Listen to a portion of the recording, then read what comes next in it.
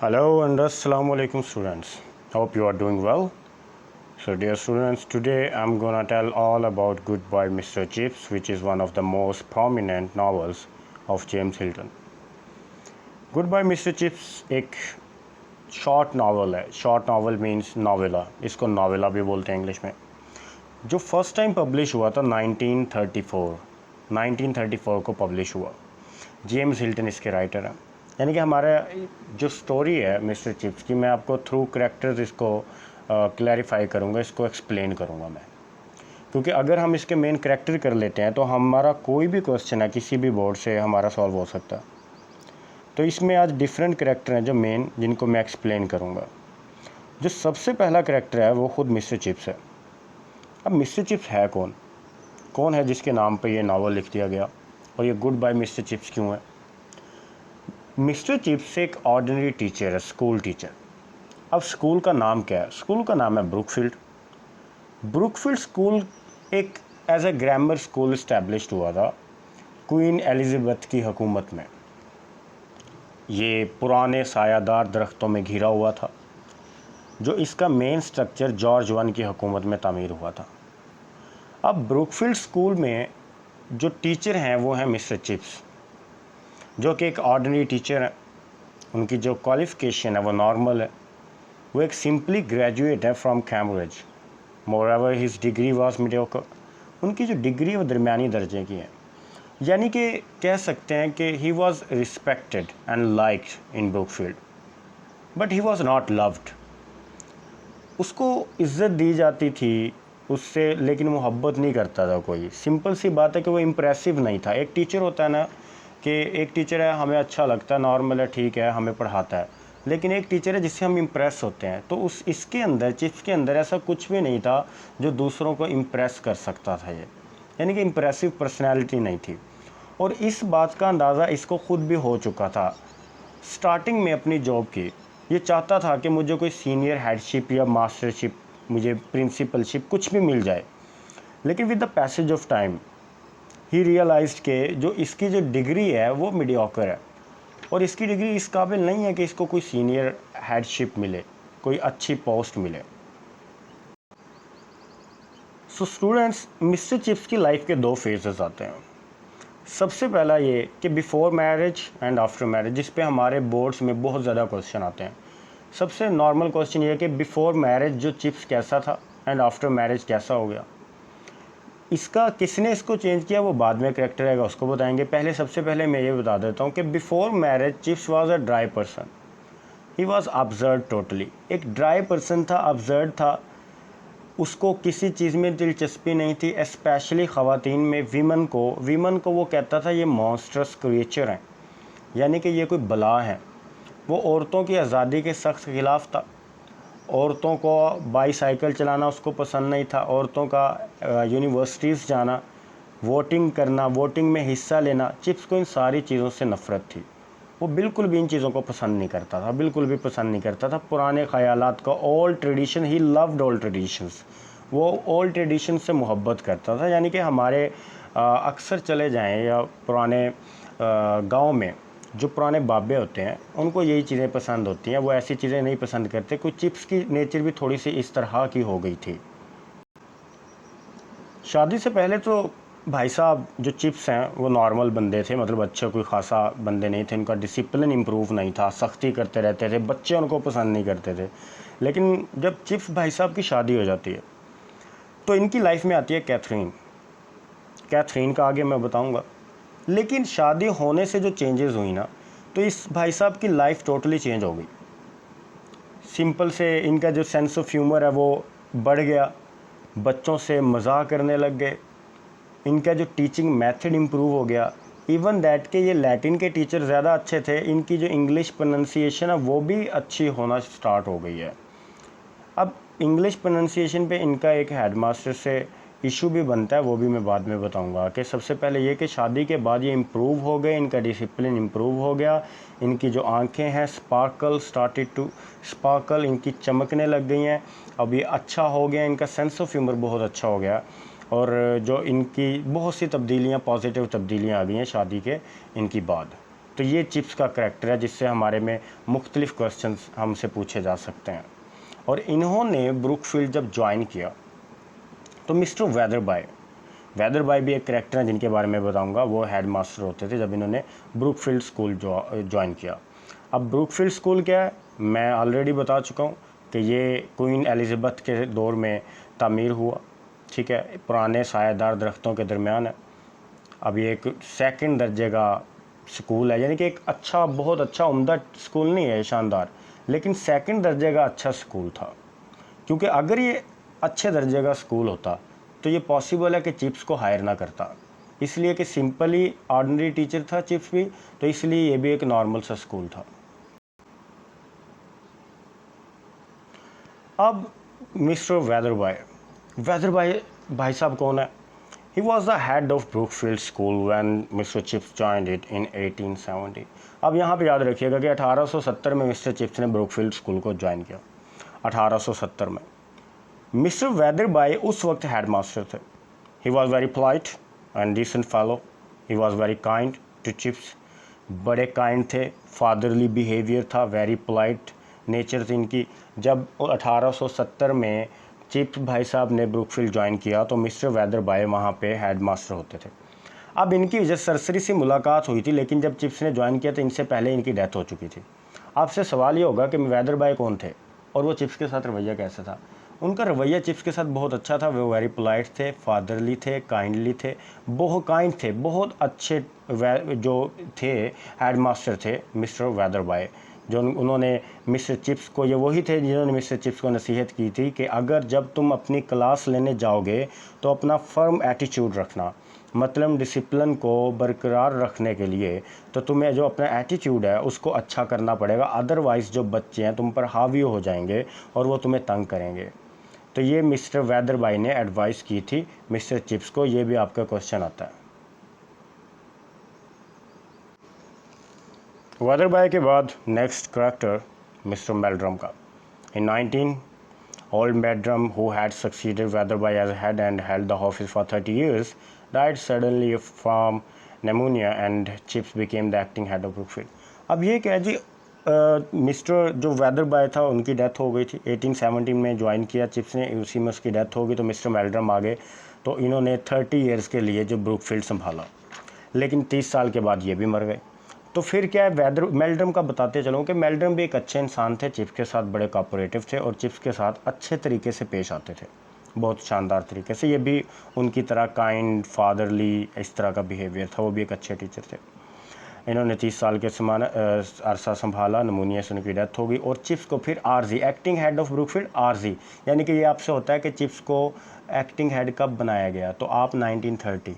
और ये वजह थी कि वेदरबाय जो मेल्ड्रम था उसकी डेथ हो गई थी और चिप्स को एक्टिंग हेड बना दिया गया था।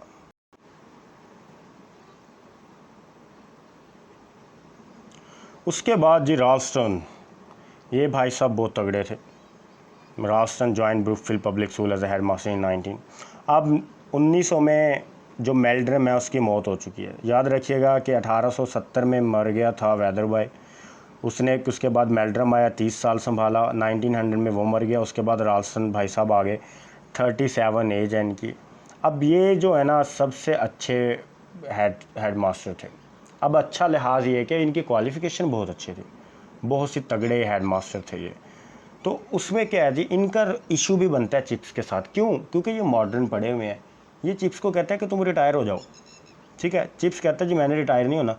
ये कहता है क्यों रिटायर हूँ? ये कहता है तुम्हारी प्रोनाउंसिएशन अच्छी नहीं है, तुम डेड लैंग्वेजेस को पढ़ा रहे हो और मैं मॉडर्न हूँ और मैं इसको अव्वल दर्जे पे लेके जाऊँगा। लेकिन मिस्टर चिप्स कहता था कि तुम स्कूल को अमीर बच्चे लेके आ रहे हो और इसको एक फैक्ट्री की तरह रन कर रहे हो और स्कूल तबाह हो जाएगा। तो इसलिए उन दोनों का इशू बन गया। अब यही खबर ना एक बच्चे ने सुन ली, बच्चे ने खबर सुनी और बाहर जाके पहुंचा दी। इस तरह पूरे स्कूल को पता चल गया। अब पूरे स्कूल में चिप्स के स्टूडेंट्स होते थे, उन्होंने जाके घर बताया। घर जाकर बताया तो कुछ लोगों ने फेवर किया मिस्टर चिप्स को, क्योंकि mister chips was old teacher, वो एक पुराना टीचर था। उसके मतलब काफ़ी बच्चों के पेरेंट्स वहाँ पे पढ़ते थे। तो इसलिए राल्स्टन को स्कूल छोड़ के जाना भी पड़ा, क्योंकि वहाँ पर एक अच्छे स्कूल ने उसको हायर कर लिया था। लेकिन मिस्टर जो राल्स्टन है वो क्या है, वो इसमें मानना पड़ेगा कि ये बहुत एक उम्दा अच्छा डिसिप्लिनेरियन था, स्ट्रिक्ट था, ठीक है, और अच्छा स्कूल को चलाता था। अब इनका हमसे सवाल क्या होते हैं कि इनका झगड़ा क्या था, झगड़ा क्यों हुआ और झगड़े की खबर कैसे फैली। तो वही बात है, झगड़े की खबर इसलिए फैली कि एक बच्चे ने सुन ली, उसने जाके सबको बता दिया।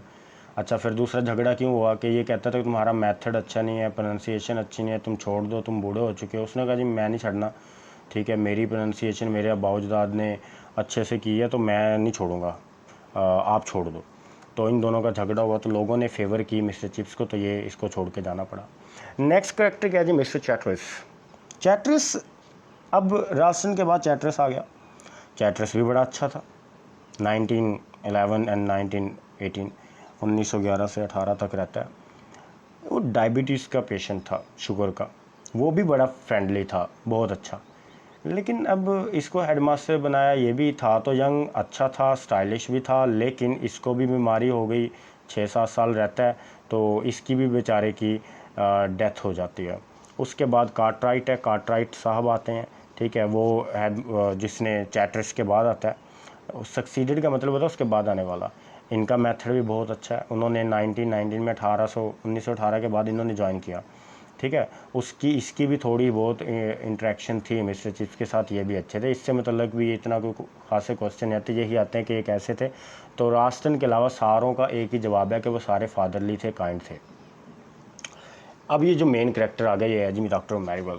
अब डॉक्टर मैरीवेल कौन है? डॉक्टर मैरीवेल बहुत ही एक अच्छे चिप्स के दोस्त हैं और ये डॉक्टर भी हैं। अब ये क्या है, मिस्टर चिप्स को ज्वाइन करता है जी after fortnight, every fortnight join करता है ये। हर 15 दिन के बाद चिप्स को आता है, देखने आता है, कहता है कि mister Chips you are a remarkable old boy, तुम एक रिमार्केबल ओल्ड बॉय हो, मतलब अच्छे खासे बूढ़े लड़के। बूढ़े लड़के से मुराद ये होता है कि तुम बूढ़े हो लेकिन लड़के लड़के लगते हो, और भाई साहब तुम्हें कोई बीमारी नहीं लगेगी, और तुम you are going to die a natural death, तुम एक नेचुरल डेथ मरने जा रहे हो। मतलब ये कि डॉक्टर मैरीवेल उसको एडमायर करता था, उसकी हेल्थ को, और उसको कहता था कि तुम बूढ़े हो, लड़के लगते हो, और तुम्हें कोई भी बीमारी नहीं लगेगी, तुम तो मुझसे भी ज़्यादा, ठीक है, तुम, he was a fitter than the doctor himself and was going to die a natural death, कि तुम मुझसे भी ज़्यादा फिट हो और एक नेचुरल डेथ मरोगे, कुदरती मौत। लेकिन इसके साथ साथ वो मिसेस विकेट, एक खातून आएंगी, वो मिस्टर चिप्स उनके घर रहता था, तो उनको एक कहता होता था कि मिस्टर चिप्स का स्पेशली सर्दियों में ख्याल रखे। तो डॉक्टर मैरीवेल एक वो वाहिद हैं जो मिस्टर चिप्स की डेथ होती है लास्ट में, ये वहाँ पे मौजूद होते हैं, बड़े फ्रेंडली हैं, अच्छे हैं। तो आपसे सवाल होगा कि मैरीवेल कौन थे, चिप्स के डॉक्टर का क्या नाम था, तो यही आंसर है। अब ये मिसेस विकेट को बताया करता था कि इनका ख्याल रखें, ख़ास तौर पे सर्दियों में। सर्दियों में इनको इश्यूज़ होते थे खांसी वगैरह के, ब्रोंकाइटिस वगैरह के, तो मिसेस विकेट हैं, वो भी अच्छा खासा ख्याल रखती थी। अब मिसेस विकेट कौन है भाई? ये एक अच्छी खातून है, विडो है बेचारी। विडो क्या होता है? विडो होता है बेवा। अब इनके हस्बैंड नहीं है। इनका घर क्या है? इनका घर क्या है जी, ब्रूकफील्ड स्कूल है, अक्रॉस द रोड, बिल्कुल सामने उनका घर है, और वहाँ पे ब्रूकफील्ड स्कूल की बेल्स आसानी से सुनाई दे सकते हैं। अब मिस्टर चिप्स ने रिटायर हो गया स्कूल से, रिटायरमेंट के बाद उसको एक जगह चाहिए थी, लेकिन उसको स्कूल से बहुत ज़्यादा मोहब्बत थी। अब वो स्कूल को छोड़ना नहीं चाहता था, वो चाहता था कि मैं स्कूल में रहूं, उस स्कूल से जुदा ना हूं। इसीलिए उसने फ़ैसला किया, रिक्वेस्ट की कि मैं मिसेस विकेट जो एक बेवा है उसके घर, और मिसेस विकेट ने भी, वो भी चाहती थी कि कोई आए, चलो कोई दिल लगा रहेगा, ऐसे ही घर में रह ले। तो उसने एक रूम दे दिया अपने घर में, जो रूम, अब वो रूम के क्वेश्चन भी होते हैं कि रूम कैसा था। रूम एक अच्छा नहीं था, इट वाज प्रीटेंशियस एंड बैड, ठीक है, अगली था, बदसूरत था। लेकिन जो रूम, घर अगली था, लेकिन जो चिप्स का रूम था, it was according to masterly taste, वो मास्टरली टेस्ट था उसका। मतलब एक उस्ताद का जैसे रूम होता है, शेल्फ्स बनी होती हैं, लैंप जला होता है, किताबें रखी होती हैं, अंगीठी जली होती है, तो ये सारी चीज़ें उसमें थी, और चिप्स को वो कंफर्टेबल था। क्यों? क्योंकि चिप्स वहाँ से according to the bells of school, according to the bells of Brookfield school, he used to live his life, वो अपनी ज़िंदगी गुजारा करता था आसानी से। मतलब एक बेल हुई तो ये करूँगा, दूसरी बेल हुई तो ये करूँगा, क्योंकि बेल की आवाज़ वहाँ आती थी उसके घर, इसलिए वो वहाँ रहता था और आसानी से रह रहा था। मिसेस विकेट बहुत अच्छी खातून थी, वो एक ब्रूकफील्ड में लाइनन रूम की इंचार्ज थी। अब वो बेवा हो गई हैं, उसने कहा कि चिप्स आप भी रह लें, ठीक है। तो वो भी एक अच्छी सिम्पैथेटिक लेडी थी, काइंड लेडी थी, जिसने अच्छा रवैया किया और कभी शिकायत का मौका नहीं दिया उसको, मिस्टर चिप्स को। अब मिस्टर चिप्स का इसके साथ रिलेशन कुछ भी नहीं है, कोई ख़ासा नहीं है, लेकिन बस ये है कि उनका एक सिम्पैथेटिक विमन थी, वो अच्छी थी, हमदर्द रवैया रखती थी उसके साथ, मिस्टर चिप्स के साथ, ठीक है। और कभी कोई शिकायत का उसने बिल्कुल भी, जितना अरसा चिप्स उसके साथ रहता है, कभी कोई शिकायत का उसका मौका नहीं दिया। जब वो कहता था मुझे चाय चाहिए तो वो चाय, तो आफ्टर रिटायरमेंट मतलब वो उसके घर पे भी बच्चों को बुला लेता था काफ़ी ज़्यादा, और स्कूल में भी बुला लेता था। मतलब सिंपल सा उसके घर में रहने का मकसद क्या था कि वो वहाँ से स्कूल के मुताबिक अपनी ज़िंदगी गुजारेगा।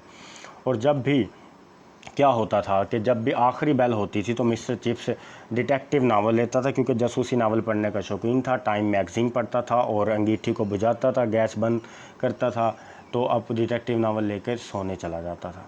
ये मिस्टर चिप्स और इन दोनों का रिलेशन था। उसके बाद है कैथरीन। कैथरीन बड़ी खूबसूरत लेडी है भाई।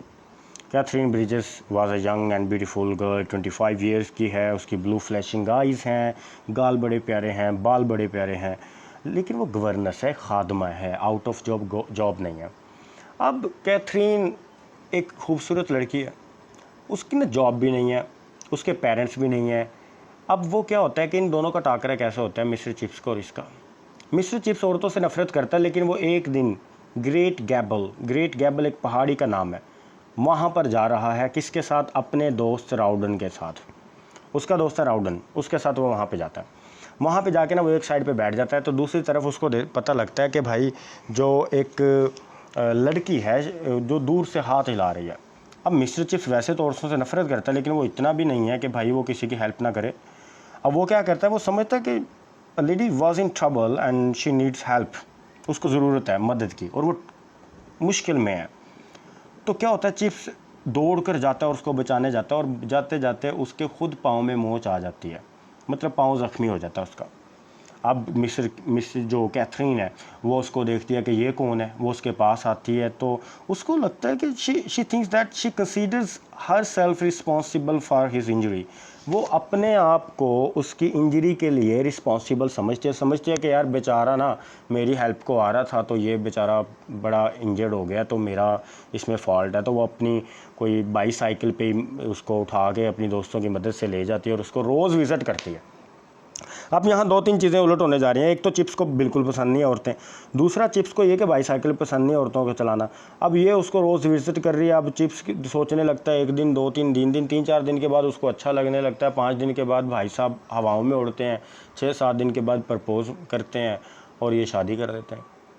अब शादी का लिए जब ये प्रपोज़ करता है तो मिस्टर जो कैथरीन है वो इसको कहती है कि हाँ ठीक है, मेरे पेरेंट्स तो नहीं है, मेरी एक आंटी है, वहाँ से मेरी शादी होगी, और दूसरी बात ये है कि तुम एक टीचर हो, तो टीचर मुझे अच्छे लगते हैं, कि टीचिंग की जो जॉब है ना वो सोसाइटी को, मुआशरे को बना देती है। ये लंबे लंबे फ़िलासफ़े, लेकिन चिप्स ऐसा कहते समझता नहीं था। चिप्स अपनी जॉब को अच्छा नहीं समझता था, लेकिन कैथरीन इसकी जॉब की वजह से उसको शादी कर लेती है।